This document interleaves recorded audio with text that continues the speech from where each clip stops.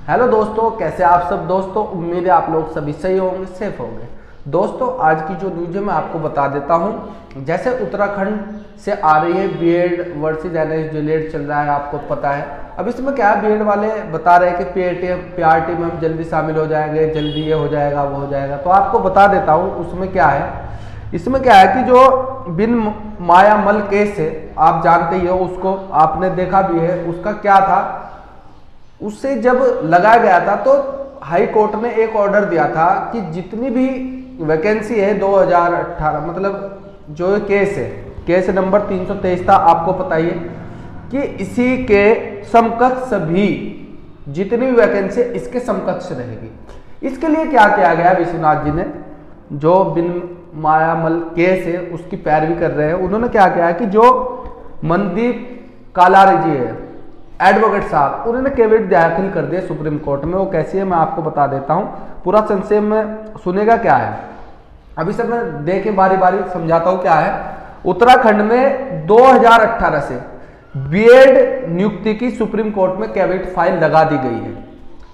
ठीक है, मनदीप सर है, एडवोकेट साहब जिन्होंने लगाई है। वो क्यों लगाई है देखेगा यहाँ पे क्यों लगाई है। ज्ञात हो बीते दिनों उत्तराखंड हाई कोर्ट ने अपने अंतरिम आदेश को बढ़ाते हुए उत्तराखंड में भी सुप्रीम कोर्ट के 11 अगस्त के फैसलों को लागू करने का निर्देश दिया था। किसने? हाई कोर्ट ने दिया था सरकार को और जो विभाग है पीआरटी से रिलेटेड उनको। तो इसमें देखें क्या कहा गया है। आपको यह भी जान लेना बहुत जरूरी होगा कि उत्तराखंड हाई कोर्ट ने अंतरिम आदेश में क्या कहा था। यह भी देख ले क्या कहा था उसमें कहा गया था, उत्तराखंड हाईकोर्ट ने अपने अंतिम आदेश में कहा था कि उत्तराखंड में जो भी नियुक्ति एनसीटी नोटिफिकेशन 26 जून 2018 के आधार पर हुई है या हो रही है, सब हमारे अंतरिम आदेश के अधीन रहेगी। यह हाईकोर्ट ने कहा था। आप पढ़ भी ले सकते हो, मैं उसको पढ़कर भी सुना दूंगा जो इंग्लिश में था। पिछले महीने 14 दिसंबर को उत्तराखंड हाईकोर्ट ने अंतिम फैसला सुनाते हुए राज्य सरकार को यह आदेश दिया, सुप्रीम कोर्ट के 11 अगस्त के फैसले पर उत्तराखंड में 2018 के आधार पर तमाम नियुक्तियों पर लागू करें। ये जिसको लेकर अब सुप्रीम कोर्ट में भी बीएड बीएसटीसी मामले में रहे प्रसिद्ध अधिवक्ता मनदीप सिंह कालरा द्वारा कैविएट फाइल कर दिया गया है। मतलब इधर से ही कर दिया गया है। उनका यह भी कहना है कि अगर उत्तराखंड सरकार मनमानी करती है तो जल्द ध्यान दें, उत्तराखंड को लेकर अवमानना याचिका लगाई जाएगी। ये था, यानी कि जो केस है, केस नंबर 323 था उत्तराखंड पर, आपको पता ही है कि उसकी पूरी की पूरी डिटेल आ गई थी। तो सीधा सीधा हाईकोर्ट ने बोला था कि जो भी भर्ती होगी वो अधीन होगी सुप्रीम कोर्ट के। एक लेटर भी निकाला था, आपको पता हो, पीछे जब जो निदेशक थे, डायरेक्टर साहब थे, उन्होंने क्या कहा था वो भी मैं आपको बता देता हूँ।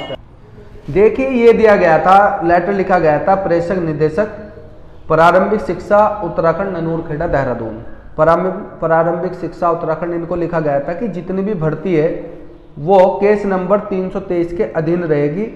ये देखें यहाँ पे, इसमें मैं पढ़ के बता देता हूँ। उपयुक्त विषय अवगत कराना है कि सहायक अध्यापक प्राथमिक की जनपद स्तर पर गतिमान भर्ती के सापेक्ष मान्य उच्च न्यायालय उत्तराखंड में विभिन्न रिट याचिका योजित की गई है। मतलब वही तत्क्रम में संज्ञात करना है कि सहायक अध्यापक प्राथमिक पदों पर नियुक्ति निर्धारित शैक्षणिक अर्हता के संबंध में एनसीटी के अधिसूचना 28/6/2018 द्वारा बीएड प्रतिष्ठित किए जाने से संबंधित है।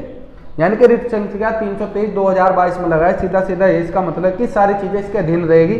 नीचे भी लिखा हुआ है, एक जो हाईकोर्ट से फैसला आया था वो लिखा हुआ था, it is direct that an appointment by the in pursuance to the impugned notification date 28/6/2018 issued by the NCT shall be subject to result of this petition. मतलब जो भी फैसला सुप्रीम कोर्ट में होगा वो सभी में मान्य होगा। इसका मतलब ये है, ये चीजें हो चुकी है। अब जब भी अगर उत्तराखंड में अगर कोई भी, देखिए बात समझिएगा, उत्तराखंड में जो भी भर्ती करेंगे या कुछ करेंगे उनको अवमानना का केस लग सकता है। ये मतलब लग सकता है, लगेगा, क्योंकि वो सुप्रीम कोर्ट में उन्होंने याचिका कैविएट लगा दी है, जिससे कुछ भी होगा तो यहाँ पे एकदम वो चीज़ें हो जाएगी।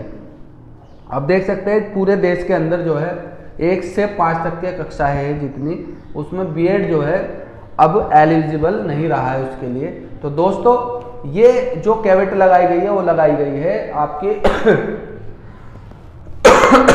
विश्वनाथ साहब ने लगाई है, और बिन मनमाया केस का जो वही देख रहे थे उत्तराखंड में, अब ये सुप्रीम कोर्ट में कैविट लग चुकी है।